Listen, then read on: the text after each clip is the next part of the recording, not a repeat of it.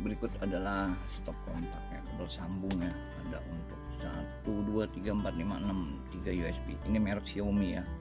Jadi Xiaomi tidak hanya produksi handphone saja, tapi udah macam-macam. Seperti ini. Coba. Nah, ini udah dicolokin ya. Jadi kalau kita pencet nyalain, nyala. Mati. Canggih juga. Ini bisa maksimum 2500 watt ya. Jadi aman. Ini juga agak berat ya. Itu USB-nya yang 5 ampere ya.